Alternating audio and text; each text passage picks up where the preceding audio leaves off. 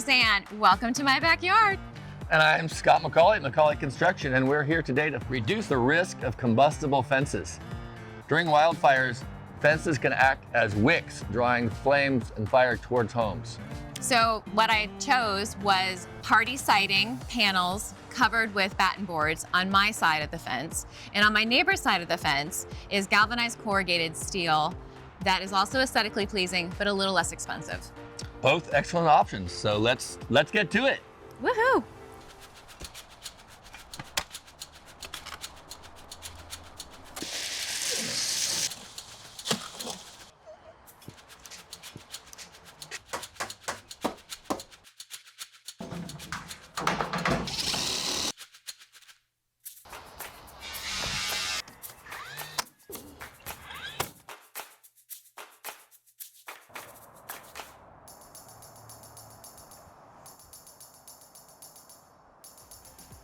Well, we're all done building the fence, and I think we hit all the marks. We sure did. We've got a beautiful, long-lasting, and fire-resistant fence. And it was a great team effort. It was. Way to go. Yep.